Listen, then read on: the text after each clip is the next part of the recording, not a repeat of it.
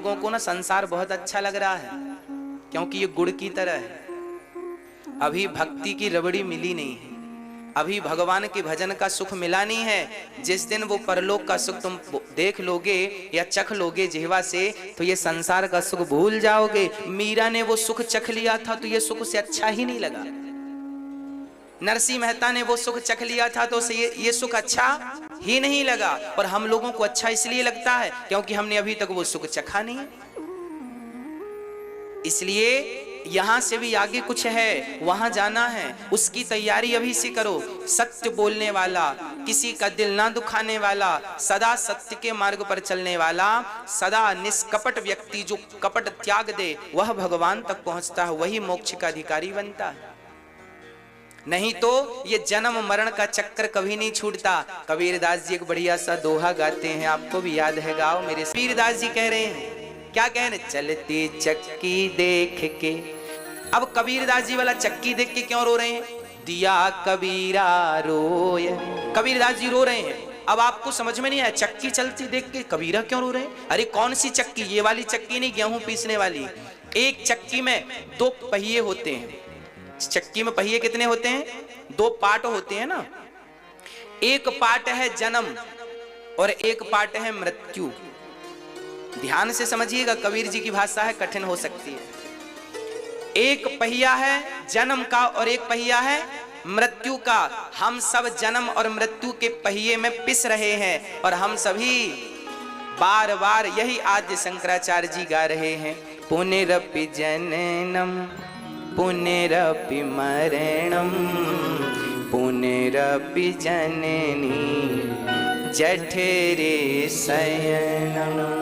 बार बार जन्म, बार बार मृत्यु, जन्म मृत्यु, जन्म मृत्यु। परेशान हो गए मर मर के, हम तो परेशान हो गए जन्म ले लेके। हम तो बार बार माँ के पेट में जाते हैं, फिर योनि भाग से निकलते हैं, फिर जाते हैं, फिर निकलते हैं। आप लोग परेशान नहीं हुए? कितनी बार आपका और हमारा जन्म हो चुका है। कबीरदास जी कहते हैं जन्म और मृत्यु के चक्कर में सब पिस रहे हैं। कबीर जी बोले, मुझे बड़ा दुख है कि कोई बाहर निकलना ही नहीं चाहता, सब पिस रहे हैं, सब पिस रहे हैं। चलती चक्की देख कर दिया कबीरा रोए। तभी किसी ने, कबीरदास जी के शिष्य ने कह दिया, कबीरदास जी के शिष्य ने एक दूसरा दोहा गा दिया। बोले, चलती चक्की चलने दे, पिस पिस आटा होए, कीले माही जो रहे, सुबालना बाका हो।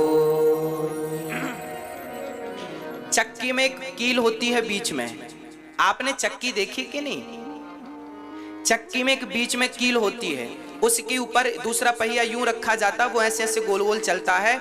तो जो गेहूं का दाना किनारे होगा वो तो पिस जाएगा, पर जो दाना इस कील के पास घुस गया, समा गया, वो कितनी भी चक्की चलती है पर इसका बाल भी बांका नहीं कर सकती, क्योंकि कील के पास वो दाना है। वो एक कील क्या है? वो एक परमात्मा है। जो एक परमात्मा की शरण ग्रहण कर लेता है वो जन्म मृत्यु के चक्र से बच जाता है। वैसे ही जैसे कील में घुसा हुआ दाना पिसने से बच गया, कील के पास गया हुआ दाना पिसने से बच गया, वह प्राणी जो भगवत शरणागति ग्रहण कर लेता है, भगवान को अपना मान लेता है, वह जन्म और मृत्यु के चक्र से बच जाता है। यदि बचना है तो दोनों हाथ उठाकर बिहारी जी से कहो, नाथ हमारी आप रक्षा करिए, हम आपकी शरण ग्रहण करते हैं, हमारी आप रक्षा कीजिए, तब बचना संभव है। नहीं तो ये जन्म मृत्यु ले डूबेगा, कितनों को ले डूब गया और हमें भी ले डूबेगा।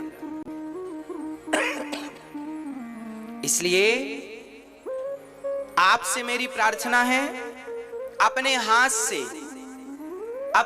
से पुण्य करते रहिएगा, अपने हाथ से दान करते रहिएगा। बच्चों के भरोसे न बैठिएगा कि बच्चे करेंगे। आजकल के बच्चे बड़े लापरवाह हो गए हैं, आजकल के बच्चे जिम्मेदारी समझते ही नहीं। और एक बात और बता दूं, इसकी भी गारंटी नहीं है कि तुम्हारे मरने के बाद, हमारे मरने के बाद हमारी राख को गंगा जी नसीब हो जाएंगी। हाँ, इसकी कोई गारंटी नहीं ले सकता। अभी कोरोना काल में जितने लोग मरे हैं, आपने टीवी पर देखा होगा, लोगों की अस्थियां पेड़ों पर लटकी की लटकी रह गई हैं। उस राख को गंगा जी नसीब, हाँ या ना? क्या गंगा जी नसीब हुई?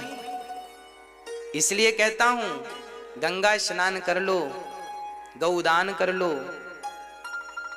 अन्य क्षेत्र वृंदावन में चलता है, लंगर सेवा होती है, साधु संत खाते हैं, सहयोग उसमें कर लो। अपने हाथ से वही भोजन करा दो, अपने हाथ से किसी एक माँ का सहारा बन जाओ, किसी एक माँ के आंसू पहुंचने के काम आप और आपका पैसा आ जाए। नहीं तो जरूरी नहीं है कि शरीर को गंगा जी मरने के बाद नसीब हो जाए। इसलिए आप अभी से अपने हाथ धर्म की तरफ बढ़ाने शुरू कर दो। प्रिय भक्तों, एक मां के 2 बेटे थे।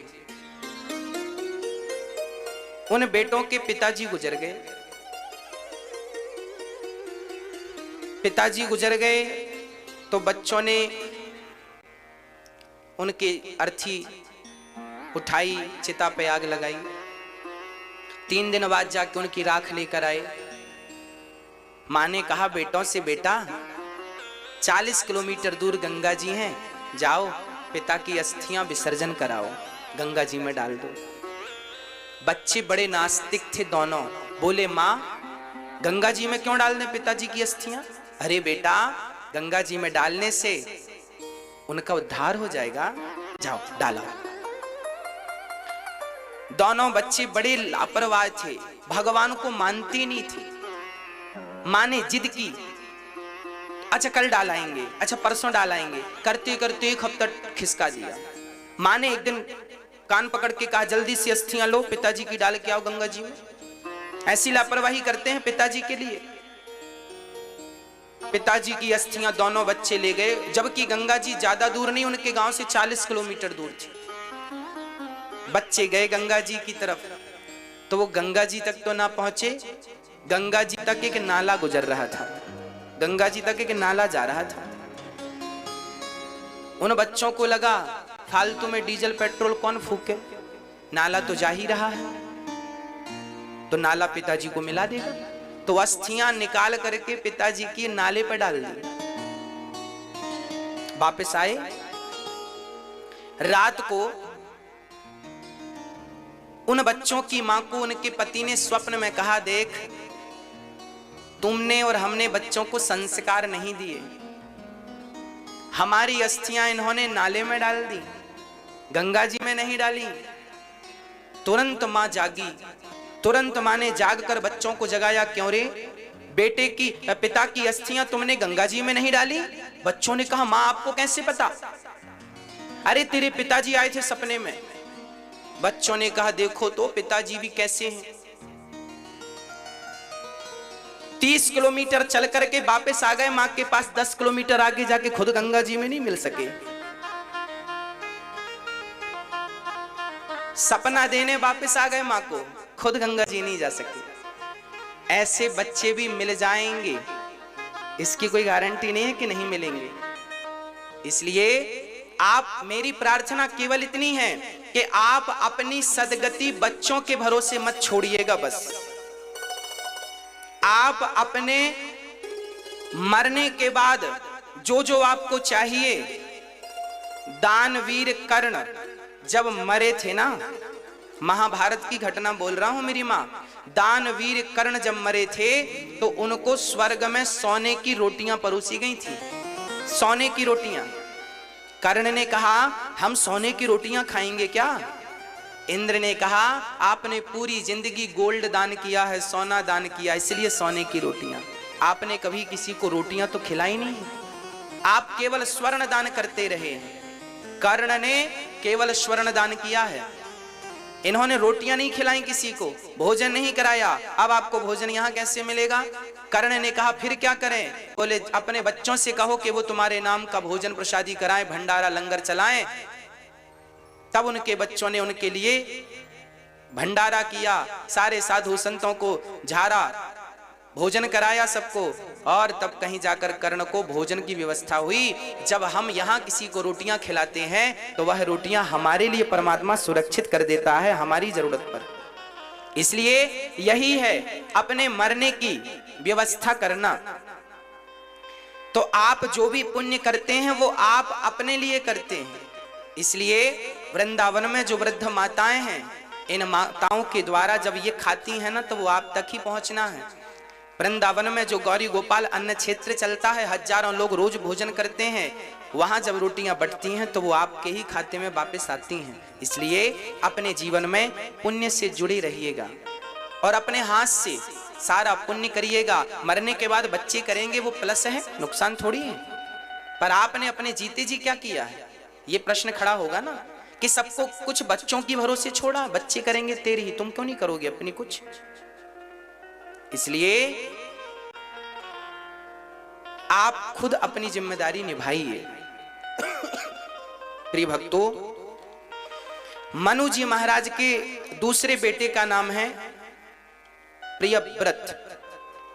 प्रियव्रत जी का वंश बड़ा अद्भुत है। प्रियव्रत जी के वंश में प्रियव्रत जी का विवाह विश्वकर्मा की पुत्री वरहिष्मती से हुआ। इन्हीं के वंश में हुए हैं ऋषभदेव जी। ऋषभदेव जी के 100 बच्चे हुए। ऋषभदेव जी ने अपने सारे बच्चों को उपदेश किया। सारे बच्चों से कहा, नायम देहो देह भाजाम नलोके कष्टान कामान नरहते विडभुजाम। ये सारे बच्चों को बुलाया और एक पिता, जब पिताजी मरने लगे तो उन्होंने अपने बच्चों से यही कहा कि बेटा ये शरीर क्यों मिला है, कभी तुमने सोचा है? आप लोग भी अपने बच्चों को बैंक बैलेंस बाद में दिया करो, प्रॉपर्टी बाद में दिया करो, पहले प्रॉपर्टी संभालने के संस्कार तो दे दो। संस्कार नहीं दोगे तो प्रॉपर्टी मिट्टी में मिला देंगे, हाँ या ना? इसलिए बच्चों को संस्कार देना सीखिए। एक सर्कस था, आजकल तो सर्कस बंद हो गए। आपने कभी सर्कस देखा है? पहले बहुत सर्कस होते थे, हम लोग जाते थे देखने के लिए। सर्कस में शेर हुआ करते थे, हाथी हुआ करते थे, वो अपना गेम खेल खेल के हमारा मनोरंजन किया करते थे। एक सर्कस था, उस सर्कस में 12 शेर थे। अचानक सरकार ने गाइडलाइन जारी की कि अब भाई सर्कस नहीं होंगे, क्योंकि सर्कस में शेरों को बंदी बनाया जाता है और उनको टॉर्चर किया जाता है। जाओ सारे शेरों को जंगल में छोड़ दो। सारे सर्कस, भारत के सर्कसों पर बैन लग गया, आज भी लगा।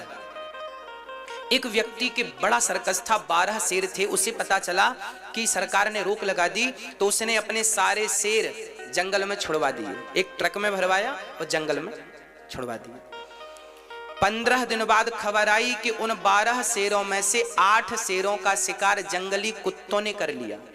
जंगल के कुत्तों ने शेरों का शिकार कर लिया। अब इस पर टीम बैठी, रिसर्च टीम, कि शेरों का शिकार कुत्तों ने कैसे किया।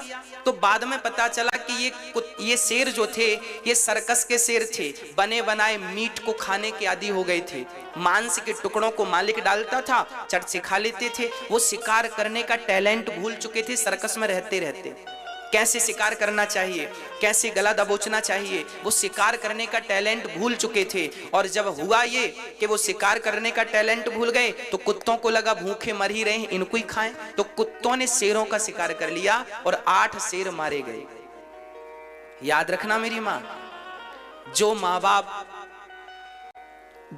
बाप अपने बच्चों को बहुत प्रॉपर्टी, बैंक बैलेंस, बहुत सारा पैसा छोड़कर जाते हैं, एक्चुअली वह माँ बाप अपने बच्चों को सर्कस का शेर बना देते हैं। जो बाप की संपत्ति पर, बाप के टुकड़ों पर पलने के आदी हो जाते हैं, खुद के कमा के खाने का जो टैलेंट है भूल जाते हैं। इसलिए बच्चों को स्वावलंबी बनाने के लिए पहले उनके पांव में खड़ा होना सिखाइए। उनकी कमाई से उनको खाने दीजिए, उनकी कमाई से आप भी खाइए। और अपनी कमाई जब देख लीजिए कि बेटा योग्य है, बेटा लायक है, ये मेरी प्रॉपर्टी का सही उपयोग करेगा, तब उसे दीजिए। नहीं तो अपने धन का धर्म कर लीजिएगा, यही तुम्हारी पूंजी बनेगी। नहीं तो वो अधर्म में तो लगा ही देगा, सुरा और सुंदरी में लगा देगा, पी लेगा और स्त्रियों का नाच नचवाएगा। विचार कर लीजिएगा बच्चों को धन देने के पहले। यदि आपका बेटा गलत आचरण करता है और गलत संगत करके आपके धन का दुरुपयोग करता है तो उसका पाप आपको लगेगा। आपने क्यों दिया गलत व्यक्ति को धन? क्यों दिया? गलत व्यक्ति को, गलत बेटे को बंटवारे में यदि वो योग्य है तो मिलना चाहिए, सपोर्ट होना चाहिए, पर दुरुपयोगी है, गलत राह पर है तो कितना भी दे दो आप, मिट्टी में मिला देगा। देते जाओ, देते जाओ। इसलिए मैंने विदेश के किसी व्यक्ति के बारे में सुना था कि उस व्यक्ति ने, उसकी हजारों करोड़ की प्रॉपर्टी थी, 1-2 करोड़ की नहीं, हजारों करोड़ की प्रॉपर्टी थी, और एक ही बेटा था, और उस पिता ने हजारों करोड़ की प्रॉपर्टी सारी की सारी सरकार को दान कर दी। किसी ने कहा साहब आपका तो बेटा है और आप प्रॉपर्टी सरकार को दे रहे हैं, बेटे को क्यों नहीं? तब उस बाप ने कहा था कि मैंने जिस टैलेंट से हजारों करोड़ बनाए हैं वो टैलेंट मैंने बेटे को दे दिया, अब वो टैलेंट उसको दे दिया, अब वो चाहे तो हजारों करोड़ वो खुद बना ले, अब मैंने जो बनाया है मैं दान कर रहा हूं, जिस टैलेंट से कमाया है मैंने टैलेंट दे दिया है। भाई सूत्र ही तो कारगर होता है, सूत्र ही तो कारगर है, तो सूत्र दे दिया, कमाए बेटा अपना। मैं संपत्ति उसे दे दूंगा तो करेगा क्या वो? फिर तो उसे ये लगेगा कि पिता की संपत्ति है, बैठे बैठे खाओ, उल्टे सीधे काम करेगा, सुरा सुंदरी के पीछे भागेगा। जब व्यक्ति खुद से पैसा कमाता है ना, तब 2 पैसे की वैल्यू समझता है, और फोकट का मिल जाए तो उस पैसे की वो वैल्यू नहीं करता। हाँ या ना? हाँ या ना? इसलिए आप अपने बच्चों को पहले कमाने दीजिए, कंधे मजबूत कीजिए, उनको परखिए कि ये बच्चे मेरे कितने योग्य हैं, पहले से ना पकड़ा दीजिए उनको। मैंने 7वीं क्लास में एक पाठ पढ़ा था, मुंशी प्रेमचंद्र की एक कहानी मैंने पढ़ी, हमारी हिंदी की बुक में थी ये कहानी, मुंशी प्रेमचंद्र इसको लिख रहे हैं। कहानी का नाम था अपनी कमाई। अपनी कमाई। इस अपनी कमाई को किस प्रकार से लिखा मुंशी प्रेमचंद्र जी ने, जरा सुनिएगा। मैया बैठ जाइए शांति से, शांति से केवल कथा सुनिएगा।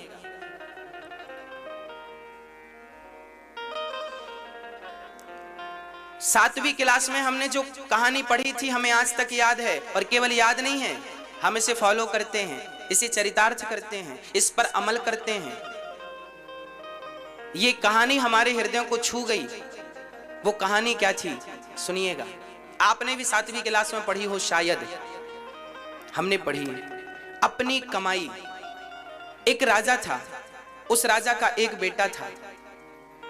राजा बूढ़ा हो गया, राजा को समय आया कि अब मैं अपने बेटे को राजा बना दूं।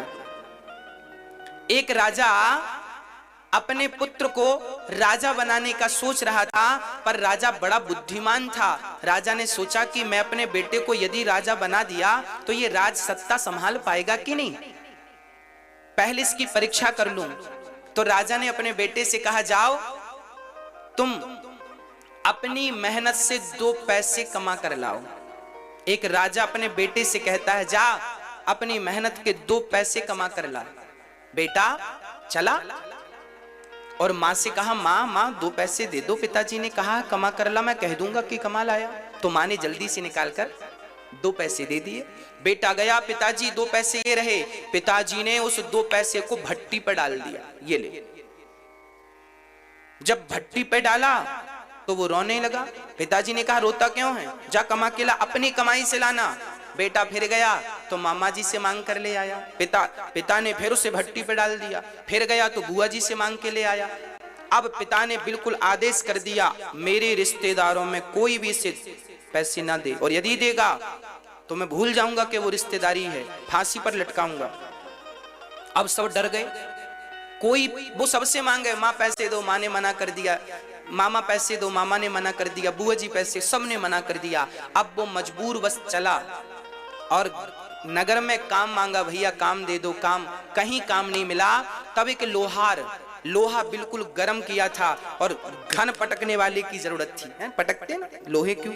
घन पटकने वाले की जरूरत थी। वो राजा का बेटा था, सुकुमार था। राजा के बच्चे ने कहा, भैया जी काम मिलेगा, हमें 2 पैसे की जरूरत है। कुम्हार ने कहा, दिन भर घन पटकेगा तब तुझे शाम को 2 पैसा दूंगा। उस बच्चे ने कहा ठीक है। अब दिन भर में उसे 2 पैसे मिलने हैं और काम क्या है? गरम लोहे पर पटकना है। अब तो वो सुकुमार बालक जब घन को, हथौड़े को पकड़ा तो छाले पड़ने लग गए हाथ में, वजनदार पटक रहा है और उसकी गर्मी उसे जला रही है। उसका गोरा बदन दिन भर में ही झुलसने लगा और शाम होते होते बिल्कुल हताश हो गया। उठा बैठा, उठने की हिम्मत नहीं। आज इतनी मेहनत की दिन भर, तब उसे शाम को जाकर लोहार ने 2 पैसे दिए, ये रही तेरी मेहनत की कमाई। वो 2 पैसे लेकर गया और पिताजी को दिया, पिताजी ये रहे पैसे। पिता ने उसे पैसे को लिया और फिर भट्टी पर डालने लगे। तो बेटा दौड़ पड़ा, पिताजी वो पैसे आपने भट्टी पर डाल दिए, मुझे गम नहीं, ये पैसे मत डालना पिताजी, मेरे सिर का पसीना पांव में गया है, इस पैसे के लिए इसे मत डालना। अब पिता ने हृदय से लगाकर कहा, बेटा अब तू राजा बनने के योग्य हो गया है, क्योंकि तू समझ गया कि 2 पैसे कैसे आते हैं। अभी तेरी माँ से तू पैसे मांग कर लाया तो मैंने उसे भट्टी पे डाल दिया, तू रोया नहीं, तू गिड़गिड़ाया नहीं, क्योंकि तुझे उस पैसे की वैल्यू पता नहीं थी, क्योंकि मांग कर लाया था। और जब कमा कर लाया तो उस पैसे की वैल्यू पता चली। तो मैं आपसे केवल इतनी प्रार्थना करता हूं कि आप कैसे भी करके अपने बच्चों को यह एहसास दिलाइए कि पैसे की वैल्यू क्या होती है। यदि आप ये एहसास दिला पाए तो आप सफल माता पिता हैं। नहीं तो आपके लिए शास्त्रों में एक चीज और लिखी है, माता शत्रु पिता वैरी, ये न वालो न पाठिता न शोभते सभा मध्य हंस मध्य वको यथा। वो माता पिता दुश्मन हैं जो अपने बच्चों को संस्कारी नहीं बनाते। माता शत्रु है जो अपने बच्चे को योग्य नहीं बनाती, संस्कारी नहीं अरे पढ़ा लिखा देना बड़ी बात नहीं है, क्या संस्कारी बनाया? स्कूलों में शिक्षा मिलती है मेरी माँ, स्कूलों में संस्कार नहीं मिलते, याद रखिएगा इस बात को। आजकल जितने भी स्कूल हैं, बड़े से बड़े टॉप से टॉप स्कूल, उनमें शिक्षा तो मिलती है, संस्कार नहीं मिलते। संस्कार तो केवल माँ बाप के स्कूल में ही मिल सकती है, माँ बाप और गुरु ही उसे संस्कारी बना सकते हैं। दुनिया की कोई ताकत नहीं है जो आपके बच्चे को संस्कारी बना सके। 3 लोग बना सकते हैं, या तो माता पिता या गुरु। ओनली 3 लोग आपके बच्चों में संस्कार का बीज बो सकते हैं। और यदि तीनों नहीं किए तो फिर जिंदगी बेकार है। तो आज आप निर्णय ले लीजिए कि अपने बच्चे को धन देना है कि संस्कार देना है। प्रिय भक्तों, ऋषभदेव जी महाराज ने अपने बच्चों को उपदेश दिया, इतना बढ़िया उपदेश दिया कि 12 बच्चे, उनके 9 बच्चे तो योगेश्वर हो गए और बाकी बच्चे धर्ममय जीवन व्यतीत करने लगे। और ऋषभदेव जी महाराज भगवान का चिंतन करते करते भगवान के अवतार थे सो भगवान में ही लीन हो गए। इन्हीं ऋषभदेव भगवान से जैन धर्म चालू हो गया, यहीं से जैन की उत्पत्ति हुई। ऋषभदेव जी इनके 24 तीर्थंकर में एक तीर्थंकर हैं। ऋषभदेव भगवान जो कि 24 अवतार में एक अवतार है। तो ऋषभदेव भगवान के सबसे बड़े पुत्र का नाम था भरत। भरत जी महाराज बड़े प्रेम से अपने राज्य का पालन करते थे। एक दिन अपनी प्रजा को इन्होंने भी संबोधित किया और प्रजा से संबोधन करते हुए कहा कि देखो, ये मानव का देह हमें क्यों मिला है? बहुत कुछ समझाया, कोई समझने वाला नहीं। तब भरत जी ने कहा, ये नामुमकिन है कि दुनिया अपनी मस्ती छोड़ दे, इसलिए ऐ दिल तू ही ये बेकार बस्ती छोड़ दे। भरत जी संसार का त्याग करके माता गंडकी के तट पर, जो नेपाल में बह रही है, माता गंडकी के तट पर श्री भरत जी महाराज गए और वहां भजन किया। भरत जी रोज भगवान का नाम जपते हैं, नारायण नारायण नारायण नारायण नारायण। एक दिन क्या हुआ, भरत जी गंडकी नदी में स्नान करने गए कि वहीं पर एक मृग का बच्चा, मृगी पानी पी रही थी। तभी एक शेर ने दहाड़ लगाई तो मृगी जान बचाने छलांग लगाती पानी में। उसी क्षण उसका गर्भ पानी में गिर जाता है और वो पानी में ही तड़प तड़प कर मृगी तो मर गई, पर नवजात बच्चा पानी में बहने लगा। भारत जी ने इस दृश्य को देखा, बचाकर उस बच्चे को अपनी कुटिया पर ले आए। मृग के बच्चे की जान बचाना बुरा नहीं था, पर भरत जी उस मृग के बच्चे को पाल लेते हैं, अपनी कुटिया पर ले आए, घास खिलाए, उसको घुमाते टहलाते फिराते। अब जो माला जप रहे थे भगवान के नाम की, वो सारी माला छूट गई और केवल मृग का चिंतन चालू हो गया, मेरा मृग मेरा मृग मेरा मृग मेरा मृग मेरा। और मरते समय मौत आई तो भरत जी मृग को देखते देखते मर गए कि मेरे बाद मेरे मृग का क्या होगा। और मृग का चिंतन करते करते करते करते भरत जी के प्राण निकल गए। और जब प्राण निकले तो यमराज जी ने कहा, आप मृग का चिंतन करते करते आए हैं, इसलिए आपको मृग की योनि में जाना पड़ेगा। भारत जैसे ज्ञानी को भी मृग बनना पड़ा, केवल इसलिए क्योंकि उनकी मति मरते समय मृग में लग गई थी। अंते यामति सागति। आप लोग भी जरा सावधान रहिएगा, मरते समय यहां वहां मन ना डुलाइएगा, नहीं तो गति बिगड़ जाएगी मेरी मां। मरते समय बिल्कुल सावधान रहा करो। आप लोग भी मरते समय, भारत जैसा ज्ञानी मरते समय मन मृग में लगाया तो मृग बन गए। आप लोगों ने भी तो कुत्ते बिल्ली पाल रखे हैं, और कहीं कुत्तों बिल्ली में मन लग गया। एक सज्जन हमसे बोले, महाराज जी हमारा कुत्ता बड़ा ईमानदार है। हमने कहा, पूर्व जन्म में तुम्हारे दादाजी ही तो थे ये। उनको बुरा लगा, महाराज जी कैसी बात कर रहे हैं। हमने कहा, हाँ भैया, आपके दादाजी यही सोचते थे कि हमारे बाद हमारे घर का क्या होगा, घर का क्या होगा, यही सोचते सोचते मर गए। यमराज जी ने कहा, घर का चिंतन कर रहे थे तो जाओ उसी घर के कुत्ते बन के ताको। तो कुत्ता बन के आ गए। आप लोगों के कुत्ते भी यदि ईमानदार हैं तो वो पराये नहीं हैं, आपके अपने ही हैं। हाँ, अंते यामति सागति। हम ये नहीं कह रहे हैं कि कुत्ते मत पालो, कुत्ते पालो, परंतु कुत्ता पालने के पहले एक गाय जरूर पालो। एक गाय की सेवा करो। गाय की सेवा शोभनीय है, कुत्तों की सेवा शोभनीय नहीं। कुत्ते द्वार तक ठीक लगते हैं। चप्पल यदि सोने की भी हो तो कोई सोने की चप्पल गले पे लटकाए तो क्या शोभा देगी? अरे चप्पल तो पांव में ही अच्छी लगती है, चप्पल गले में अच्छी नहीं लगती, भले वो सोने की हो। कुत्ता द्वार में ही अच्छा लगता है, घर की रसोई में कुत्ता अच्छा नहीं लगता, घर के बेडरूम में कुत्ता अच्छा नहीं लगता। एक मर्यादा होनी चाहिए। आप पढ़े लिखे लोग हैं, समझदार लोग हैं। यदि चप्पल गले में शोभा देती है तो कुत्ता फिर बेडरूम में शोभा देगा। यदि चप्पल पांव के अतिरिक्त और कहीं शोभा नहीं देती तो फिर कुत्ता भी द्वार के अतिरिक्त कहीं और शोभा दे ही नहीं सकता। गाय आपकी रसोई में जाए शोभा देती है कि गाय के पांव पड़ते हैं तो शुद्ध हो जाती है पृथ्वी। गाय माता है, गाय का मूत्र भी अमृत की तरह है। कैंसर जैसी बीमारियां गौमूत्र से ठीक होती हैं। बड़े बड़े साइंटिस्ट रिसर्च कर रहे हैं गौमूत्र पर। गाय पवित्र है, गाय का दूध हम सब पीते हैं, बिना दूध से कल्याण नहीं है, हम सबका गति नहीं है। गाय मान्य है, मां है वो, पर कुत्ता तो नहीं है। द्वार पर रखिए कुत्ते को। आजकल लोग लिखवा लेते हैं द्वार पर, कुत्तों से सावधान। अब बताओ, द्वार पर लिखा है कुत्तों से सावधान, तो बताओ ये घर किसका है? घर किसका है बताओ? देखने से तो यही लगता है कुत्तों का घर है, कुत्तों से सावधान। घर ही कुत्तों का है, लिखा ही कुत्तों से सावधान, यहां रहते ही कुत्ते हैं। लिखा ही उनने खुद लिखा है, हम तो केवल व्याख्या कर रहे हैं। अब देखिए, ये पढ़े लिखे लोग हैं, लिखवा रहे हैं कुत्तों से सावधान। लो, ये पढ़े लिखे, पता नहीं क्या पढ़ लिया। अरे भारत ऐसा नहीं था जैसा लोगों ने बना दिया। भारत कैसा था? विभीषण जब लंका हनुमान जी गए तो हनुमान जी ने लंका में विभीषण की कुटिया देखी, सबसे अलग थी। कैसे अलग थी?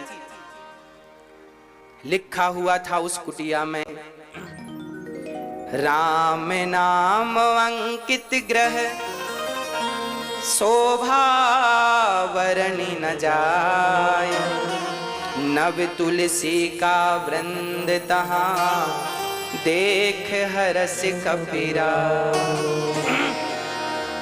विभीषण जी की कुटिया में राम लिखा था, राम, तुलसी का बिरवा लगा था, पौधा लगा था, एक तरफ शंख बना था, एक तरफ चक्र बना था।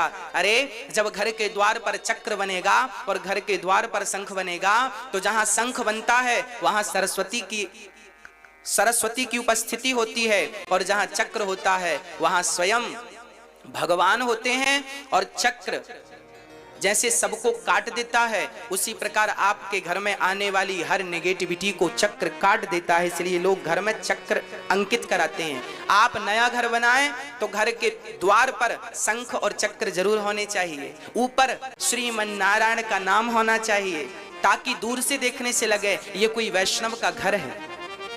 तुलसी सामने हो ताकि देखने से लगे ये कोई वैष्णव का घर है। हनुमान जी ने लंका में विभीषण के घर को देखकर पहचान लिया था कि ये किसी भगत का घर है, घर को देखकर पहचान लिया था। राम नाम लिखा था घर में, और आजकल कुत्तों से सावधान लिखते हैं घर में। इसलिए आप अपना नुकसान ना कीजिएगा मेरी मां, फैशन के चक्कर में अपनी संस्कृति, अपने संस्कार मत भूलिएगा। आप ये याद रखो कि ये भारत है, ये अमेरिका नहीं, ये भारत है। यहां की मिट्टी, यहां की मिट्टी गुरु गोविंद साहब जैसे लोगों को प्रकट करने वाली है, महाराणा प्रताप जैसे लोगों को प्रकट करने वाली है, ध्रुव प्रहलाद को प्रकट करने वाली है। यहाँ की मिट्टी स्वयं भगवान राम और कृष्ण को प्रकट करने वाली है। अमेरिका की मिट्टी में इतनी ताकत नहीं है कि वो महाराणा प्रताप प्रकट कर दें। अमेरिका की मिट्टी में इतनी ताकत नहीं है कि वो गुरु गोविंद साहब को प्रकट कर दें। हाँ, इसलिए इस मिट्टी को समझो, ये कोई सामान्य मिट्टी नहीं है। इस मिट्टी की इज्जत किया करो। ये मिट्टी का अपमान ही तो है। आप अपने घर पे राम नाम ना लिखा के कुत्तों से सावधान लिखाएंगे तो ये मिट्टी का ही तो अपमान है। ये संस्कार नहीं होने चाहिए आपके। हाँ, इन बातों पे कोई लिखवाया हो तुरंत उसको कहना भाई ये सब सही नहीं है।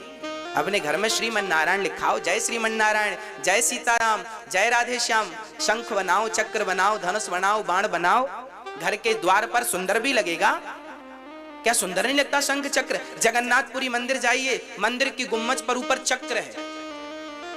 वो चक्र कौन सा है? भगवान श्री कृष्ण ने जिस चक्र से महाभारत में सारे लोगों को मारा, अर्जुन का सपोर्ट किया, वही वो चक्र आज भी भगवान कृष्ण गए तो अपना चक्र लेकर नहीं गए। जगन्नाथपुरी के मंदिर के ऊपर वही ओरिजिनल भगवान का चक्र रखा है, वही चक्र है वो। उस चक्र के को काट कर साइंटिस्टों ने ले जाकर रिसर्च की, किस धातु से बना, आज तक किसी को पता नहीं लगा किस धातु से बना।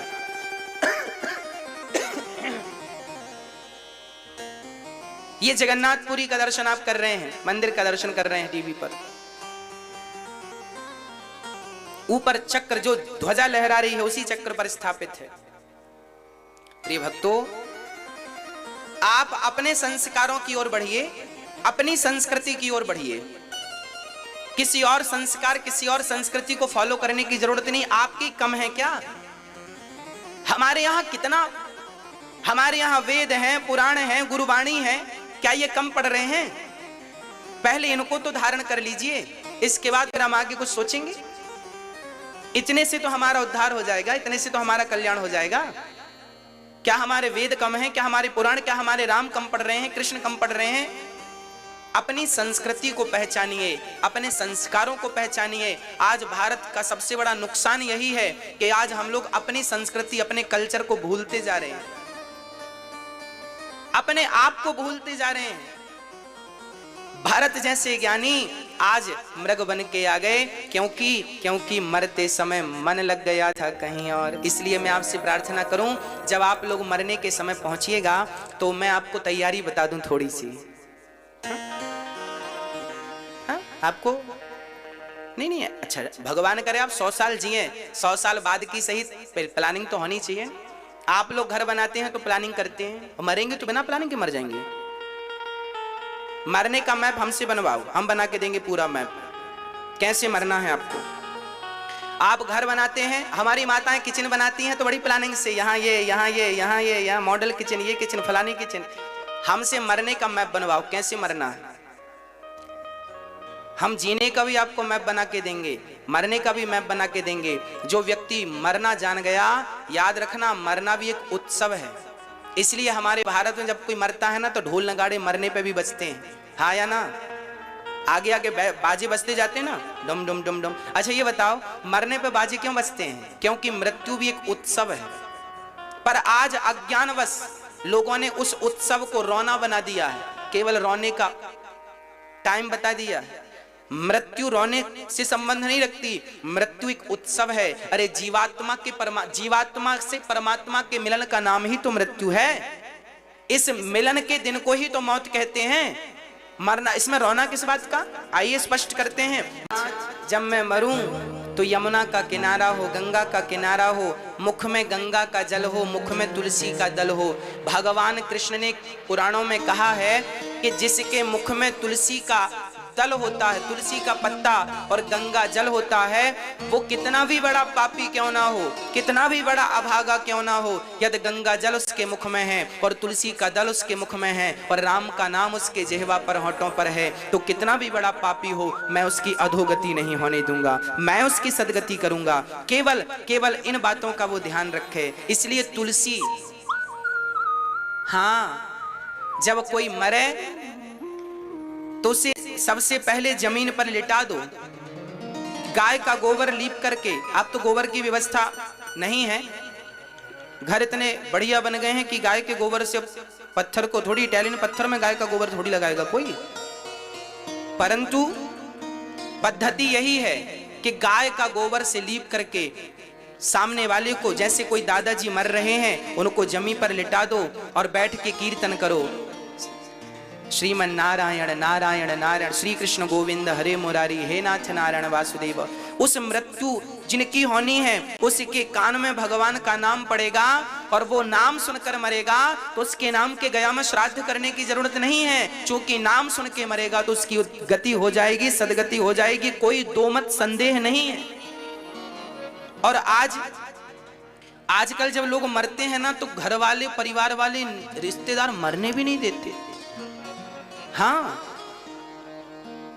एक सज्जन मर रहे थे यहीं, अब वो पड़े जमीन पर, गर्मी का समय था। अब रिश्तेदारों को पता चला, लोग आ गए रोते रोते। अच्छा, मरते समय आदमी गजब तरीके से, माताएं बहुत विशेष रोती हैं।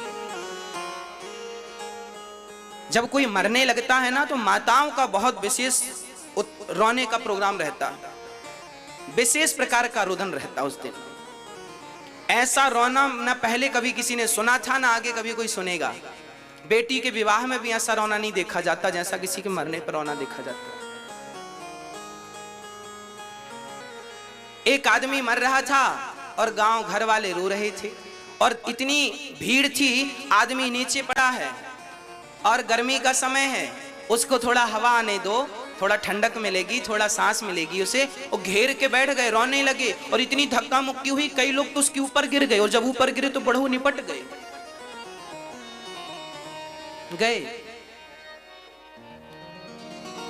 लो, अभी घंटे 2 घंटे और रहते पर गिरने से निपट गए। और ये रोने वाले भी, आदमी मरा नहीं है और रोना चालू। एक सज्जन हिला रहे हैं हाथ पकड़ के, हमें पहचानो पहचानो। जब जिंदा थे तब शकल दिखाई नहीं, मरने लगे तो कह रहे हैं पहचानो। क्या करेंगे तुम्हें पहचान के, मरने दो, जाओ। कोई पांव पकड़ के हिला रहा, भैया पहचानो पहचानो, नहीं पहचान रहा, लगता गया। ये जितने रिश्तेदार आएंगे मरने वाले आदमी को हिलाएंगे जरूर। आप भी जाते होंगे किसी के मरने में तो जरूर हिलाते होंगे, पहचानो पहचानो। और सब यही कहते हैं हमें पहचानो। उनमें से एक भी ये नहीं कहता भैया मर रहे हो अब भगवान को पहचान लो, पर कोई भगवान की याद नहीं दिलाता। सब यही कहते नजर आते हैं हमें पहचानो हमें पहचानो। अरे तुम्हें पहचान करके करेंगे क्या, क्या करेंगे बताओ। और देखो मेरी माँ, यहीं से दुर्गति शुरू होती है।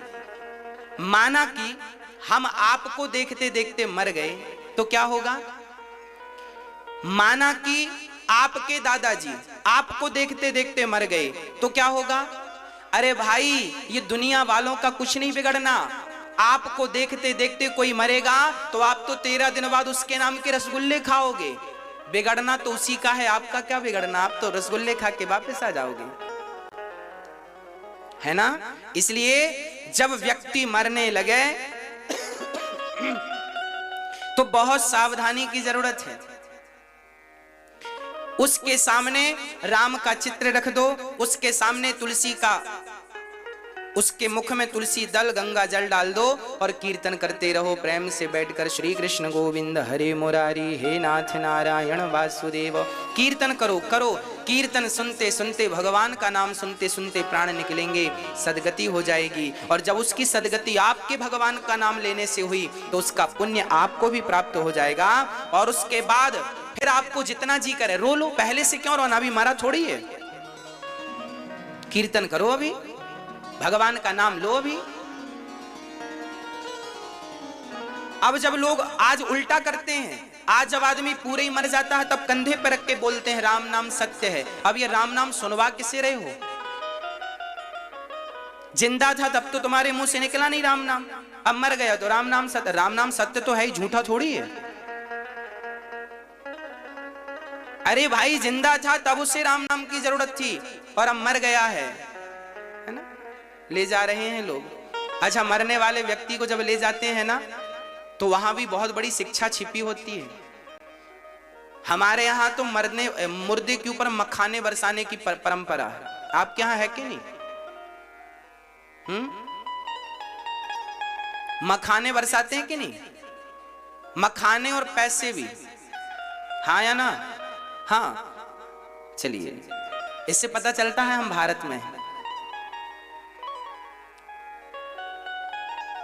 मखाने बरसाने की परंपरा है। अच्छा, किसी ने पूछा महाराज जी मखाने क्यों बरसाते हैं मुर्दे के ऊपर? इसके पीछे बहुत बड़ा कारण है। आज तक आपको पता ही, आपने भी देखा होगा मुर्दे के ऊपर मखाने बरस रहे हैं, पैसे बरस रहे हैं। मखाने क्यों? कारण है, मखाना जो होता है ना बिल्कुल फूला रहता है। मखाना कैसा होता है? बिल्कुल फूला रहता है। और मखाने के ऊपर पांव रख दे कोई तो पिचक जाता है, बुरा बन जाता है कि नहीं? हाँ, मुर्दे के ऊपर मखाने इसलिए बरसाए जाते हैं ताकि दुनिया वालों को मैसेज दे सकें कि भाई देखो, पूरी जिंदगी ये व्यक्ति मखाने की तरह फूला फूला घूम रहा था, देखो आज पिचका हुआ पड़ा है, किसी काम का नहीं है, उठाकर हम लोग ले जा रहे हैं। ये अपने पांव से भी नहीं चल सकता, हम कंधों पर ले जा रहे हैं। इसलिए आप मखाने की तरफ यूं फूले फूले ना घूमना, हाँ, मखाने की तरह नहीं घूमना। अहंकार एटीट्यूड में ना जीना, ये अहंकार का सूचक है मखाना। और पैसे बरसाते हैं, पैसे बरसाने का सबसे बड़ा कारण है कि आदमी पूरी जिंदगी पैसों के लिए भागता है और जब मर जाता है तो उसके ऊपर पैसे इसलिए बरसाए जाते हैं ताकि दुनिया वालों की आंखें खोलें। देखो, जो व्यक्ति पैसों के लिए रिश्ते बिगाड़ता रहा, जो व्यक्ति पैसों के लिए भ्रष्टाचार करता रहा, जो व्यक्ति पैसों के लिए रोता और मरता रहा, जो व्यक्ति पैसों के लिए भागता रहा, आज पैसे उसकी छाती में पड़े हैं लेकिन वो उठाने को तैयार नहीं है। ये दुनिया वालों को संकेत देने के लिए, मैसेज देने के लिए, शिक्षा देने के लिए उसके ऊपर पैसों की बरसात की जाती है। पूरी जिंदगी व्यक्ति पैसों के लिए रोता रहा, रोता रहा, रोता रहा, परंतु कहते हैं ना, पूरी जिंदगी करता रहा धन धन धन धन, ये मेरा धन, ये मेरा धन। कब तक करेगा धन? बोले जब तक ना हो जाए निधन। नी प्लस धन बराबर निधन। अब क्या हुआ? निधन, निधन, निधन, निधन। तो धन धन तब तक चलता है जब तक निधन ना हो जाए। हाँ, इसलिए इस धन से सबसे बढ़िया धन कौन है? बोले राम नाम का धन पायो जी मैंने, राम रतन धन पायो, पायो जी मैंने राम रतन धन पायो। तो राम नाम का धन सबसे बढ़िया है। अब देखो, भरत जी मृग का चिंतन करते करते आए, भरत जी मृग का चिंतन करते करते आए और भरत जी मृग बन के गए। तीसरा जन्म भगवान की कृपा से उन्हें फिर मनुष्य का शरीर प्राप्त हुआ। एक पंडित जी के घर उनका जन्म हुआ। पिताजी ने पढ़ाया लिखाया पर वो कुछ ज्यादा पढ़े लिखे नहीं।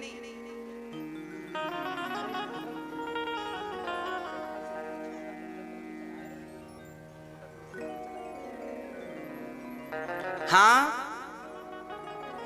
भक्तों, श्री भरत जी आज एक ब्राह्मण के घर जन्म लेते हैं। एक ब्राह्मण के घर जब पहुंचे तो पिताजी ने उन्हें पढ़ाया लिखाया पर वो पढ़ने को तैयार नहीं। हाँ, वो पढ़ने को तैयार नहीं।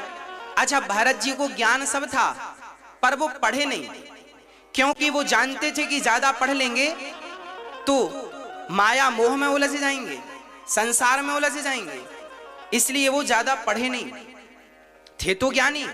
आज उनके भाइयों ने घर से निकाल दिया। उनके पिताजी जब मरे तो भरत जी को घर से निकाल दिया, त्याग दिया। भाई भौजाइयों ने कह दिया घर से जाओ, और भरत जी जंगल में गए। एक व्यक्ति ने उनकी बलि चढ़ानी चाहिए पर भद्रकाली ने प्रकट होकर के भरत जी की रक्षा की। आज भरत जी एक पेड़ की छांव में बैठे थे, तभी वहां से के राजा रहुगण निकला और भरत जी को अपना कहार बनाकर पालकी पर लगा लिया। भरत जी पालकी लेकर चले पर सामने बहुत सारी चींटियां थीं। चींटियों पे पांव न रख जाए, चींटियां मर ना जाएं, तो भरत जी ने छलांग लगा दी चींटियों की रक्षा के लिए। तो राजा रहुगण की पालकी सिर पे टकराई। राजा रहुगण बोला, क्यों रे, ये उछल कूद कौन कर रहा है? तब कहा, ये नया नया भर्ती हुआ है बिना इंटरव्यू का, यही उछल कूद कर रहा है। अरे समझाओ। समझाया। भरत जी फिर चींटियों को देखकर छलांग लगाते हैं। अब की बार पालकी ऐसी टकराई कि राजा रहुगण आग बबूला हो गया। मूर्ख कौन है ये, आज छोड़ूंगा नहीं, आज मैं तुझे मृत्यु दंड देकर रहूंगा। आज भरत जी ने मन में विचार किया, इस मूर्ख को ज्ञान देना ही पड़ेगा। आज भरत जी ने राजा रहुगण को ज्ञान देते हुए कहा, आज भरत जी जैसे संत आज रहुगण की पालकी कंधे पे लेकर चल रहे हैं। मैया जी जरा सुनिएगा, भैया जी सुनिएगा।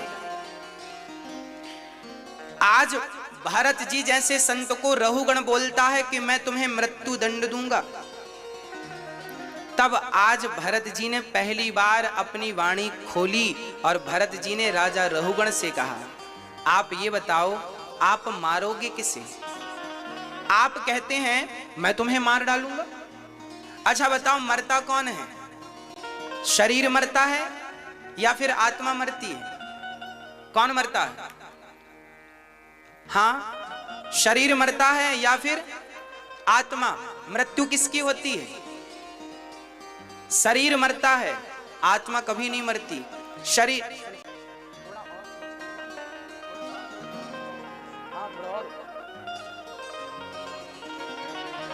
मृत्यु शरीर की नहीं, मृत्यु शरीर की होती है। आत्मा बिल्कुल अमर है, अजर है, अमर है, उसे कोई मार ही नहीं सकता। अच्छा, शरीर अलग है, आत्मा बिल्कुल अलग है। अब आप कहेंगे कैसे? तो सुनो, जैसे मोबाइल और सिम, बहुत ध्यान से सुनिएगा, ये विषय बहुत कठिन है, हम इसे बहुत कम शब्दों में समझाने का प्रयास करेंगे। जैसे मोबाइल है और सिम कार्ड है, दोनों अलग अलग हैं पर है एक दूसरे के पूरक। हाँ या ना? हाँ या ना? हाँ। उसी तरह हमारा शरीर जो है मोबाइल की तरह है और हमारी आत्मा जो है वो सिम कार्ड की तरह है। हमारा शरीर अलग है और आत्मा बिल्कुल अलग है, पर है एक दूसरे के पूरक। जैसे आत्मा, जैसे सिम के बिना मोबाइल काम का नहीं और मोबाइल के बिना सिम काम की नहीं, दोनों को एक दूसरे की आवश्यकता है। शरीर को आत्मा की जरूरत है और आत्मा को शरीर की, पर है अलग अलग सब्जेक्ट। आत्मा अलग है, शरीर अलग है। और आगे समझिए, आत्मा क्या है और शरीर क्या है, इसका भी मैं निरूपण करूं, सुनिएगा। शरीर हमारा कितनी चीजों से मिलकर बना है? मैया जी, ओ मेरी माँ, कितने शरीर चीजों से? 5। कौन कौन? पृथ्वी, जल, वायु, अग्नि, आकाश। क्षित जल पावक गगन समीरा, पंच रचित अति अधम शरीरा। हम सबका शरीर 5 चीजों से मिलकर बना है। और ये 5 चीजें जब हमें लोग ले जाकर जला देते हैं या जमी पर गाड़ देते हैं, तो हमारा ये 5 तत्व जो है ना, ये 5 में ही तो लीन हो जाता है। जब शरीर जलता है तो अग्नि तत्व में मिल जाता है, जल तत्व में, वायु तत्व वायु में, आकाश तत्व आकाश में, पृथ्वी तत्व पृथ्वी में। शरीर 5 से मिलकर बना और 5 में जाकर के वो मिल गया। जैसे घड़ा मिट्टी से बना और घड़ा टूटा तो कहां मिला? घड़ा मिट्टी से बना और घड़ा टूटा तो कहां मिला? मिट्टी में। जैसे मिट्टी से बना हुआ घड़ा मिट्टी में मिल गया, उसी प्रकार शरीर 5 तत्वों से बना, अंत में जाकर ये 5 में मिल गए। ये तो रही शरीर की कहानी, शरीर की जीवन लीला इतनी सी है। 5 से बनता है, 5 में जाकर विलीन हो जाता है। अब बची आत्मा, तो आत्मा जाती है परमात्मा के पास। अब प्रश्न ये खड़ा हुआ कि आपने जो पाप किया है, जो पुण्य किया है, उस पाप और पुण्य का भोक्ता कौन है? फिर हमने जो पाप किया है, पुण्य किया है, वो कौन भोगेगा? कौन भोगता है? स्वर्ग और नरक कौन जाता है? कर्मों का फल कौन भोगता है? आत्मा नहीं भोगती। आत्मा तो अजर है, अमर है। नैनम छिंदंती शस्त्राणी। आत्मा तो हर चीज से परे है। आत्मा तो एक प्रकार। अच्छा चलो मैं आत्मा का भी परिचय करा दूं, तब ये प्रश्न आपका खत्म हो जाएगा। आत्मा क्या है? आत्मा, ये देखिए जो लाइट है ना, लाइट का जो प्रकाश है, ये देखो प्रकाश, इस मंच में जितना प्रकाश है, इस प्रकाश को क्या हम तलवार से काट सकते हैं? क्या आग से जला सकते हैं? जैसे ये मंच का प्रकाश, आपके कमरे में बिजली बल्ब जल रहा है, बल्ब के प्रकाश से पूरा कमरा प्रकाशित है। उस प्रकाश को क्या आप आग से जला सकते हैं? क्या अग्नि से क्या तलवार से काट सकते हैं? क्या जल से गीला कर सकते हैं? अरे प्रकाश को गीला नहीं, आग नहीं, कुछ भी नहीं बिगड़ सकता। उसी प्रकार परमात्मा का ही एक प्रकाश आत्मा है, जो हम सबके भीतर काम कर रही है। वह एनर्जी है, वह पावर है। साइंस एनर्जी कहता है आत्मा को, आध्यात्म से आत्मा कहता है, साइंस एनर्जी कहता है। शरीर में वो एनर्जी है परमात्मा की भेजी हुई, उसे आत्मा कहते हैं। आत्मा। अच्छा ये बताओ, ये बिजली जो है, ये ठंडी होती है कि गर्म होती है? बोलो। हाँ, क्या होती है मेरी माँ? बिजली ठंडी होती है कि गर्म? गर्म। पकड़ के देखिए आपने। हाँ, अनुमान लगा रहे हैं। आग लग जाती है मतलब गर्म होगी। यदि बिजली गर्म होती है तो फिर एसी से कमरा ठंडा कैसे हो जाता है? और यदि बिजली ठंडी होती है तो हीटर से कमरा गर्म कैसे हो जाता है? कहो जी। बिजली ना तो ठंडी होती है ना तो गर्म होती है।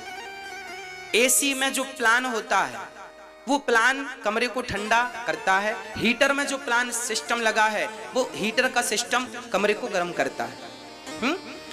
बिजली के उसी बोर्ड में एसी का प्लग लगा दो तो कमरा ठंडा, और हीटर का प्लग लगा दो तो कमरा गर्म। बिजली का काम है केवल पावर देना।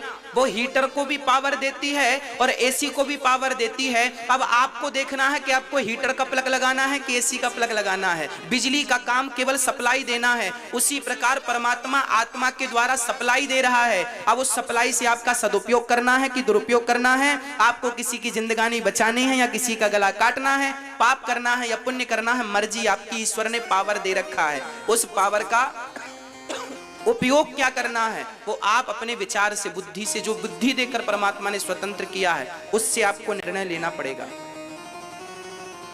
आत्मा का काम भी केवल प्रकाश देना है, एनर्जी देना है। उस एनर्जी का उपयोग क्या करना है वो आप जानिए। हाँ या ना? बात समझ में आ रही है मेरी? तो आत्मा का स्वरूप क्या है? आत्मा परमात्मा का स्वरूप है। जैसे लाइट। अच्छा बताओ, सूर्य का स्वरूप क्या है? बोलो। बहुत सरल है। सूर्य का स्वरूप क्या है? हम कैसे जानते हैं कि सूर्य आ गए? हाँ, प्रकाश। दीपक का स्वरूप क्या है? प्रकाश। अरे प्रकाश है तो सूर्य है, सूर्य का स्वरूप है प्रकाश, दीपक का स्वरूप है प्रकाश। उसी प्रकार परमात्मा का स्वरूप है आत्मा। परमात्मा का स्वरूप क्या है मेरी मां? परमात्मा का स्वरूप ही आत्मा है। इसलिए कहा गया है ईश्वर अंश जीव अविनाशी, चेतन अमल सहज सुख राशि। हम सब ईश्वर के अंश हैं, हम सब उसी परमात्मा की संतान हैं जिस परमात्मा ने अखिल ब्रह्मांड को बनाया है। हां प्रिय भक्तों, तो मैंने शरीर का आपको बोध कराया, आत्मा का भी बोध कराया। अब मैं आगे इससे आपको ले चलूं, बहुत ध्यान से सावधान होकर के सुनिएगा। भक्तों बताइए आत्मा का स्वरूप क्या है? अभी हमने आपको समझाया, उस आधार पर बताइए आत्मा का स्वरूप क्या है? बोलो। आत्मा का स्वरूप है प्रकाश, आत्मा का स्वरूप है एनर्जी, पावर। आत्मा हम सबको पावर देती है, एनर्जी देती है। आत्मा निकल जाए तो शरीर मृत हो जाता है, मुर्दा हो जाता है। अब बताइए कि आपके द्वारा किया गया पाप और पुण्य, इसका फल कौन भोगता है? कौन भोगता है? शरीर भोगता है या आत्मा भोगती है या कोई और भी है? बोलो। हमने आपको समझाया फिर पूछ रहे हैं। हर बात हम पहले समझाते हैं फिर पूछते हैं, यूं ही नहीं आपका परीक्षण करने लग जाते। बताइए, हम आपको अच्छे श्रोताओं की कसौटी की तरह कस के देख रहे हैं कि आप सचमुच सुन रहे हैं या सिर्फ बैठे हैं। इसलिए हमारे हर प्रश्न पर आप गौर कीजिएगा और हर समाधान पे आप जरूर बोलिएगा। आप बताइएगा, हमने अभी थोड़ी देर पहले आपको सुनाया कि हमारा शरीर 5 तत्वों से मिलकर बना है, 5 में मिल गया। आत्मा परमात्मा का स्वरूप है। जैसे जैसे जैसे घड़े में आपने पानी भरा तो घड़े के अंदर एक सूर्य दिखाई पड़ता है, जिसे बोलते हैं घटाकाश। आकाश दिखता है ना उसके अंदर, उसे बोलते हैं घटाकाश। एक घड़े में सूर्य का प्रकाश दिखाई पड़ता है, 2 घड़े भर के रख दो तो दोनों में सूर्य का प्रकाश दिखाई पड़ता है। सारे घड़ों में एक सूर्य का प्रतिबिंब दिखता है। तो बताओ सूर्य कितने हैं?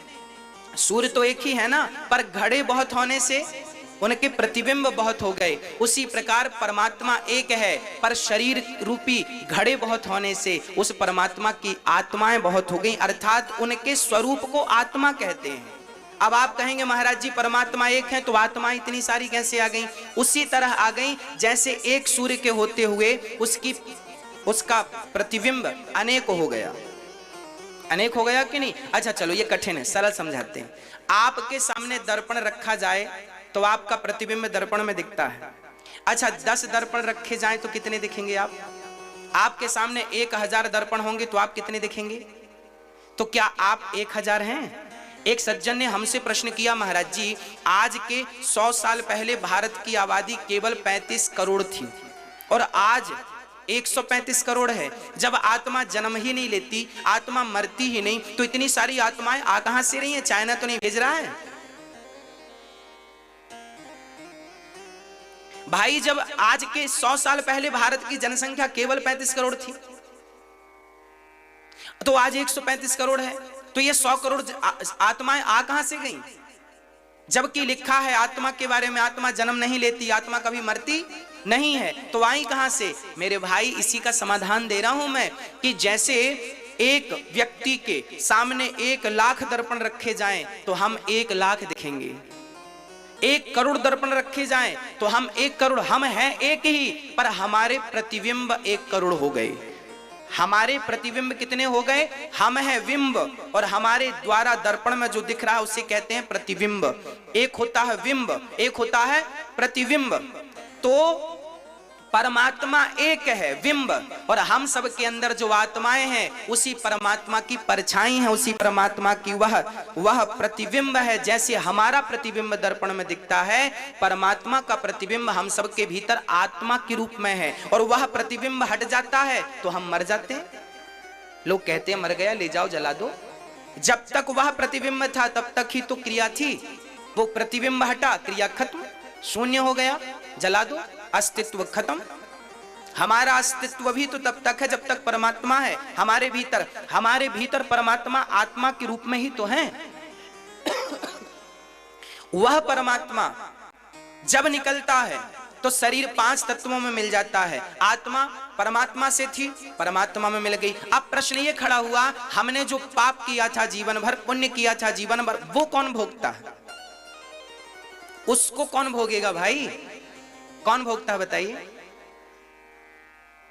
हमारे शरीर में एक चीज और होती है जिसे कहते हैं सूक्ष्म शरीर।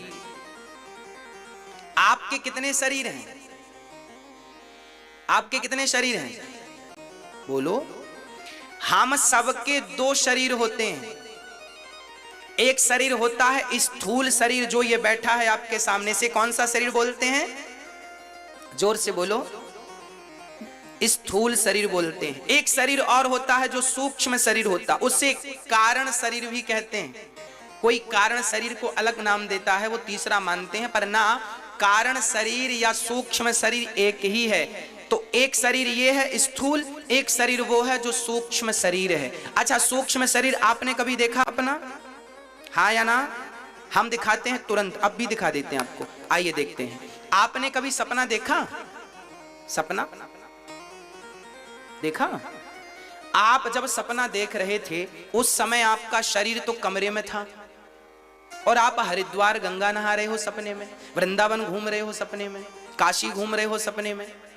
तो आप ये बताओ, आपका शरीर तो कमरे में था, दरवाजे बंद थी, खिड़कियां बंद थी, और आप हरिद्वार चले गए सपने में, और आप सवेरे कह भी रहे हैं आज हमने फलाने को सपने में देखा और गंगा जी नहाए और डुबकियां लगाई। तो अब बताओ, एक शरीर कमरे में था, एक गंगा जी नहा रहा था, 2 शरीर हो गए कि नहीं? ये आपके साथ होता है। कोई मैं यूं तुक्का नहीं मार रहा हूं, आपको प्रैक्टिकली बोल रहा हूं। जो आपके साथ रोज घटनाएं घट रही हैं वो बात कर रहा हूं। एक शरीर जो बिस्तर में सोया था, इस शरीर को क्या नाम दिया अभी हमने? बोलो, क्या नाम दिया बताइए? स्थूल शरीर। और जो स्वप्न देखने गया वो शरीर कौन सा है? वो सूक्ष्म शरीर है। और वही सूक्ष्म शरीर मेरी माँ और मेरे भैया जी याद रखिएगा, जब हम मरते हैं तो हमारा स्थूल शरीर तो मरता है पर हमारा सूक्ष्म शरीर नहीं मरता, और वही सूक्ष्म शरीर जाकर के हमारे पाप और पुण्य का फल भोगता है। वही शरीर स्वर्ग और नरक जाता है। वही शरीर क्या है? मैंने बोला कि शरीर मोबाइल सेट की तरह है, आत्मा सिम कार्ड की तरह है। एक चीज और होती है मोबाइल में, बताओ क्या? हाँ क्या? हाँ? मोबाइल में एक चीज और महत्व रखती है, मेमोरी कार्ड।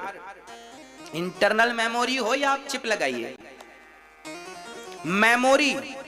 आपने नोट किया होगा, आपका मोबाइल जब फोटो क्लिक करता है तो वो फोटो जाकर मेमोरी में सेव होती है, या फोन की मेमोरी हो या तो आपने डाल रखी हो कार्ड, मेमोरी में सेव होता ना? हाँ या ना? आपकी हर एक्टिविटी मोबाइल की यदि आप उससे रिकॉर्ड कर रहे हैं तो कहां होगा? मेमोरी में। उसी तरह आपने जो भी जन्म से मृत्यु तक जो भी एक्टिविटी की, अच्छा बुरा पाप पुण्य, हंसना रोना, उठना बैठना, खाना पीना, लड़ना झगड़ना, जो भी किया, आपके सूक्ष्म शरीर मेमोरी कार्ड है। हमारा जो सूक्ष्म शरीर है वो क्या है?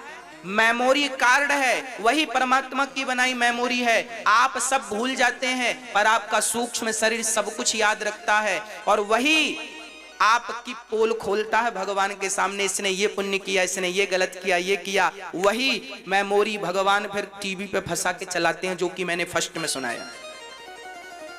देख तूने ये पाप किया, देख तूने ये पुण्य किया। अब पाप किया है तो पाप का फल ये ले 84 लाख योनियां भोग, और पुण्य किया है तो एक अवसर और ले मनुष्य का तन। और ज्यादा पाप किए तो मोक्ष मिल जाता है, गौलोक धाम मिल जाता है, ठाकुर जी की सेवा मिल जाती है। आपके द्वारा किया गया पाप आपके द्वारा किया गया रत्ती भर पुण्य, ना तो पुण्य बेकार जाता है ना पाप बेकार जाता है। पाप करने के पहले विचार करिए, क्योंकि ये वापस आपके पास आना है। कुएं में कभी आपने झांक करके बोला हो राम, तो कुएं से वापस आवाज क्या आएगी? आप बोलेंगे कृष्ण, तो आवाज क्या आएगी? हाँ, ये कुआं जो है ना, आप जो कहते हैं वापस वही आएगा। ये संसार एक कुआं है, इस कुएं में आप जैसा कर्म करते हैं वैसा ही कर्म वापस आपको भोगना पड़ता है, वैसा आपको मिलता है जैसा आप दूसरों के लिए करते हैं। यदि मैंने आपके गाल में एक थप्पड़ मारा तो 1 साल के अंदर, 2 साल के अंदर, ईश्वर के घर देर हो सकती है, अंधेर नहीं, 5 साल के अंदर मेरे गाल में भी कोई 2 थप्पड़ जरूर मारेगा, ब्याज सहित 5 साल का ब्याज भी तो मिलेगा। शेर को 1.25 शेर मिलता है साहब। आपने किसी निरापराधी पर यदि आपने एक थप्पड़ मार दिया, किसी गलत आरोप पर किसी को आपने एक गाली दे दी, आपने किसी को यूं ही बिना उसकी गलती के आपने निर्दोष को एक गाली दी, तो उसके द्वारा ना सही किसी और के द्वारा तुम्हें गालियां जरूर मिलेंगी। एक थप्पड़ तुमने मारा, तुम्हें भी पड़ेंगे। तुमने जो जो व्यवहार सामने वाले के साथ किया है वही व्यवहार तुम्हारे साथ होगा। भूल मत जाना, परमात्मा की अदालत है, हिसाब सबका होगा, बचेगा कोई नहीं। जैसी करनी वैसी भरनी, आज किया कल पाएगा। चढ़ता सूरज धीरे धीरे ढलता है ढल जाएगा। आज तक कोई बचा कि आप और हम बचेंगे? रावण जैसे कर्म करके बच ना सके, कंस जैसे ना बच सके, तो हम और आपकी गति क्या है? इसलिए पाप करने से बचना, क्योंकि मिलना जरूर है। राम जी को 14 साल का वनवास मिला, ये किसी का अपराध नहीं था, ये राम के कारण ही राम को वनवास मिला था। राम जी को श्राप दिया था ना नारद जी ने, पिछले जन्म में राम ये भगवान थे, तो भगवान राम तो भगवान है ना, उनकी मर्जी के बिना पत्ता नहीं हिलता। वनवास कौन भेजेगा? अरे राम अपनी मर्जी से गए वनवास, रावण इत्यादियों को मारना था। तो भगवान आज जब राम जी वनवास आए और घास के बिस्तर पर सोए, तो निषाद राज ने कहा राम जी बिस्तर घास का बिछा कर सो रहे हैं। लक्ष्मण जी ने कहा को न काहू को सुख दुख कर दाता, निज कृत कर्म भोग सब भ्राता। हर व्यक्ति अपने कर्मों का फल भोगता है। आज आप लोग अमीर हैं तो आप अपने अच्छे कर्मों से, और आज आप गरीब हैं तो आप अपने बुरे कर्मों से। आज आप सुखी हैं तो आप अपने अच्छे कर्मों से सुखी हैं, और आज आप दुखी हैं तो अपने बुरे कर्मों से दुखी हैं। किसी को दोष मत लगाइएगा। आपके घर एक आप होती हैं, महारानी बन के रहती हैं, और एक आपके घर काम वाली बाई होती है जो झाड़ू पोंछा लगाती है। वो अपने घर का भी काम करती है, प्लस आपके घर का भी काम करती है। बुखार चढ़ी है फिर भी काम करती है, क्योंकि उसे बच्चों का पेट भरना होता है। वो 2-2 घर के बर्तन धुलती है, तब वो एक वक्त का भोजन पाती है। और आप घर में बैठी बैठी कोई काम नहीं करती, फिर भी बढ़िया मालपुआ खाती हैं। कारण क्या है? आपने पुण्य किया है, इसलिए ईश्वर ने इतनी सुख सुविधाएं दी हैं। तो पिछले जन्म में कोई पुण्य किया था, इस जन्म में मिल रहा है। अब की बार करोगी तो अगले मिलेगा, नहीं तो फिर हिसाब फिनिश हो जाएगा। हाँ, इसलिए एक सज्जन हमसे आके बोले महाराज जी हम पूर्व जन्म नहीं मानते। आप कह रहे हैं पूर्व जन्म में पुण्य किया होगा तो इस जन्म में मिलेगा। वो बोला हम मानते नहीं। हमने कहा नहीं मानो तो चूल्हे में जाओ, हम क्या करना, मत मानो। अच्छा एक बात बताओ, कोई व्यक्ति कहे कि मैं पिछला जन्म नहीं मानता, होता ही नहीं, कोई कहे, तर्क करे, आपको क्या लगता है अगला जन्म पिछला जन्म होता है या नहीं? हाँ या ना? यदि आप कहेंगे कि होता है तो भी मैं आपको समझाऊंगा, और आप कहेंगे नहीं होता तब तो मैं विशेष समझाऊंगा आपको। और मैं उदाहरण प्रमाण के साथ में कोई भी बात बिना प्रमाण की नहीं करता। मेरे पास एक भी वो बातें नहीं हैं जो प्रमाण के बिना हो। हर चीज सबूत के साथ ये दास कहेगा आपको। पिछला जन्म होता है, इसका सबूत है मेरे पास। अगला जन्म भी होगा आपका, इसका भी सबूत है मेरे पास। आइए वो सबूत देता हूं आपको, प्रमाण देता हूं प्रत्यक्ष, सुनिएगा और मेरे एक प्रश्न का जवाब दीजिएगा।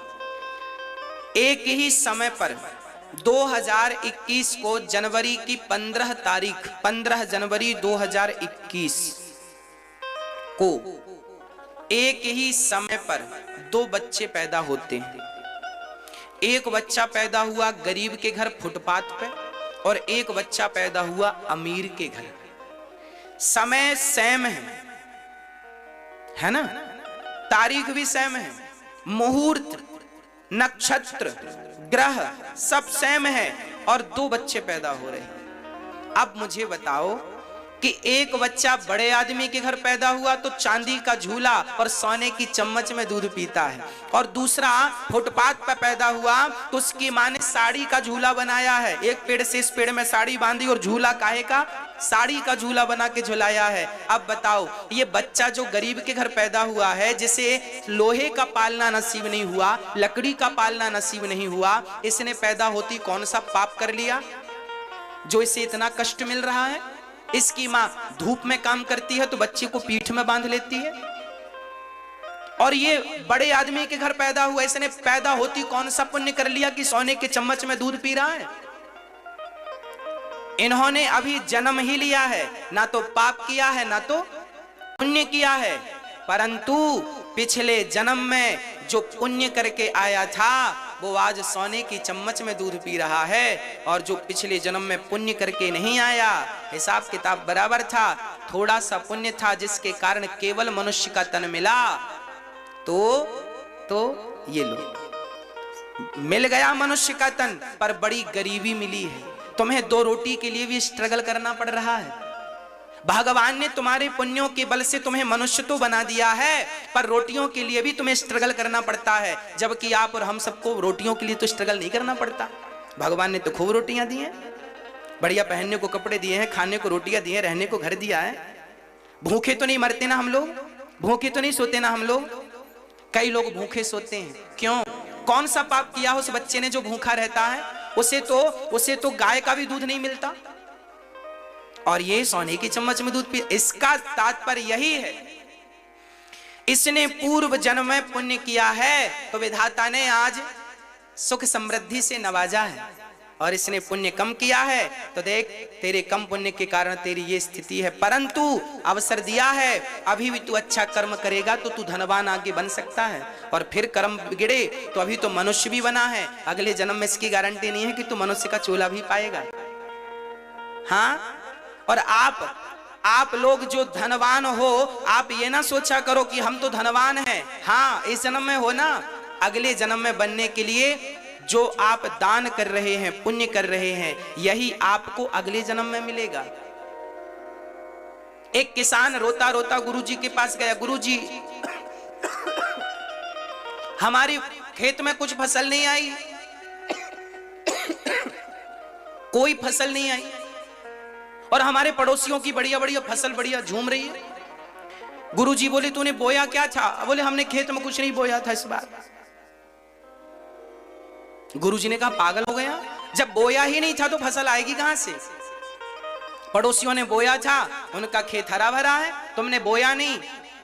अरे पागल, फसल अच्छी लाने के लिए खेत में बोना पड़ता है, अगला जन्म अच्छा बनाने के लिए इस जन्म में अच्छे कर्मों के फल, अच्छे कर्मों के बीज बोने पड़ते हैं, अच्छे अच्छे कर्म करने पड़ते हैं। अच्छा करोगे तो अगला अच्छा होगा।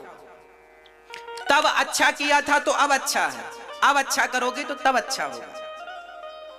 और यदि अच्छा नहीं करोगे तो हम सभी को भी एक एक रोटी के लिए भी मोहताज होना पड़ सकता है। कर्मन की गति न्यारी, राम जो भगवान कल राजा बनने वाले थे, उन्हीं को उसी समय जिस समय राजा बनना था उसी समय वनवास हो गया, 14 साल का वनवास मिल गया।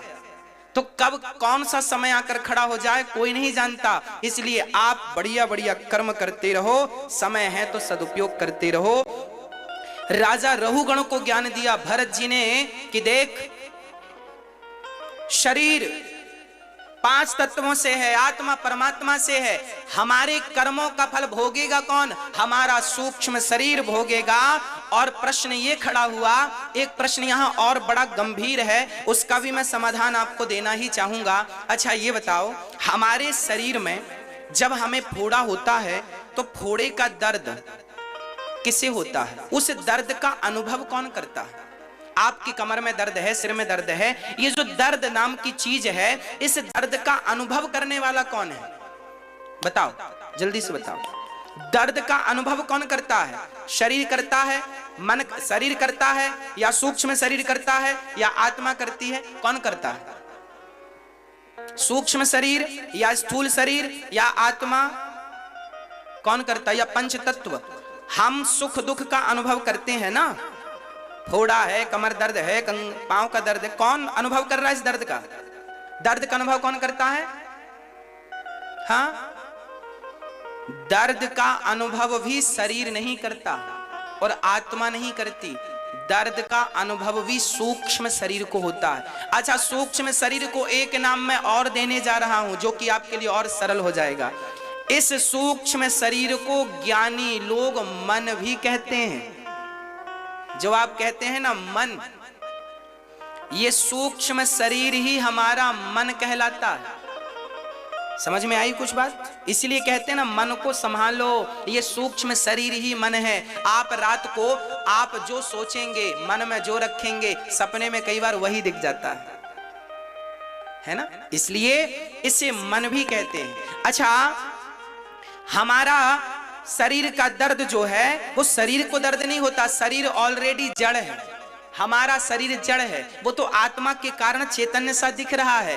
दर्द का अनुभव सूक्ष्म शरीर को होता है। एक फॉर उदाहरण से, एग्जाम्पल से समझते हैं। क्या होता है, आपके कमर में दर्द है, कंधे में दर्द है, घुटने में कहीं भी दर्द है, और आपका थोड़ी देर के लिए मन कथा में लग गया, मन कथा में लग गया, मन कथा सुनने में लग गया, तो थोड़ी देर के लिए आपका दर्द भूल जाता है कि नहीं?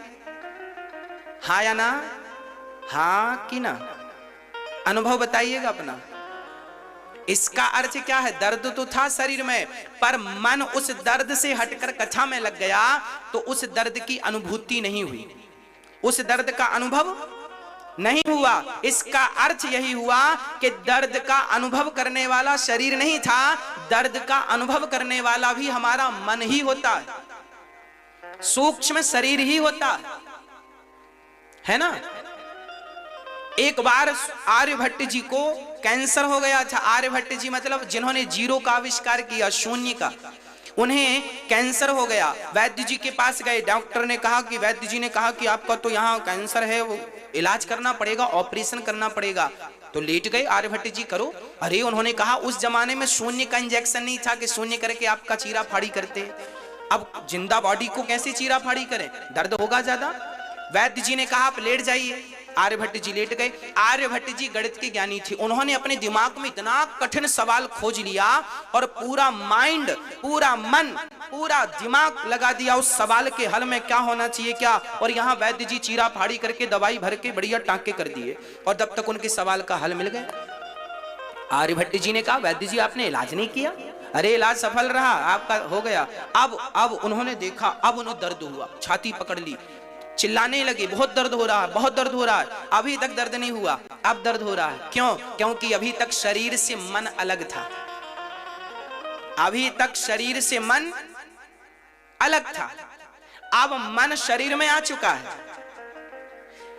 पूरी गति, पूरा खेल इस मनीराम का है। मैंने कल भी कहा था आपको, ये मन जो है यही भवसागर से पार लगाएगा और यही नरक में ले जाएगा। मन भगवान में लग जाएगा तो भवसागर से पार लगा देगा, और मन संसार में लगा रहा तो डुबा देगा, ये लुटिया डुबा देगा। इसलिए इस मन को संभालना जरूरी है। इसलिए मन से सदा कहो मन भगवान में लग, राम नाम जप, कृष्ण नाम जप, अपने कर्मों को सुधारिए, अपने जीवन को संवारिए। राजा परीक्षित ने सुखदेव भगवान ने कहा 28 प्रकार के नरक होते हैं, जो जैसा पाप करता है उससे वैसे नरक में भी भोगना पड़ता है। जैसा करोगे वैसा भरोगे। आपने एक मछली खाई है जीवन में, तो जितना वो तड़पी है किसी ना किसी जन्म में तुम्हें भी इतना तड़पना ही पड़ेगा। जितनी मुर्गी तड़पी होगी अपने जिंदगी बचाने को और आपने उसे निगल लिया, उसके बदले आपको भी तड़पना ही पड़ेगा। 1000 मुर्गियां खाई हैं तो 1000 मुर्गियों की तड़प जोड़ दो कितनी हुई, वो तड़प तुम्हें भोगनी पड़ेगी किसी जन्म में। बचेगा कोई नहीं। आज तक कोई बचा परमात्मा की निगाहों से कि आप और हम बचेंगे? इसलिए भगवान लाख आंख से देख रहा है तुझे देखने वाला, सच की खेती कर ले चतुर नर समय गुजरता जाता। मेरे मालिक की दुकान में सब लोगों का खाता, मेरे मालिक की दुकान में सब लोगों का खाता। किसी को कौड़ी कम नहीं देता, किसी को दमड़ी ज्यादा, समझदार तो चुप रह जाता, मूर्ख शोर मचाता। मेरे मालिक की दुकान में सब लोगों का खाता।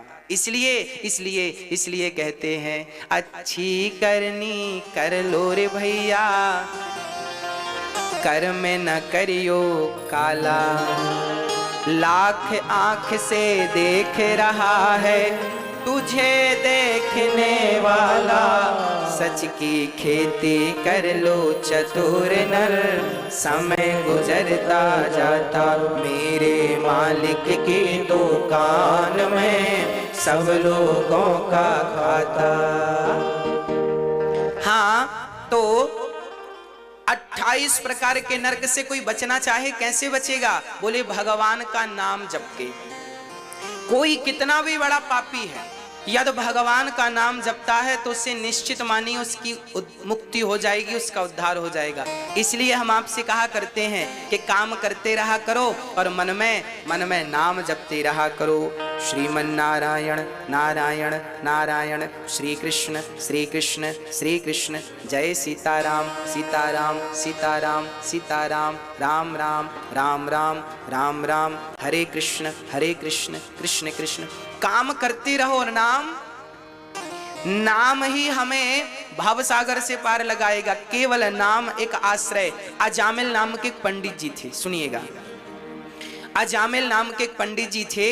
ये पंडित जी बड़े विद्वान थे, पर एक वैश्या से संगति कर ली और वैश्या से विवाह कर लिया तो सदाचार नष्ट हो गए। दास्याः संसर्ग दूषिता, कान्य कुब्जे दुजः कश्चित दासी पति रजामिलः, नामना नष्ट सदाचारो दास्याः संसर्ग दूषिता। एक अजामिल नाम के ब्राह्मण ने एक दासी से विवाह कर लिया और सदाचार नष्ट हो गया। देखिए, विवाह कहाँ करने चाहिए?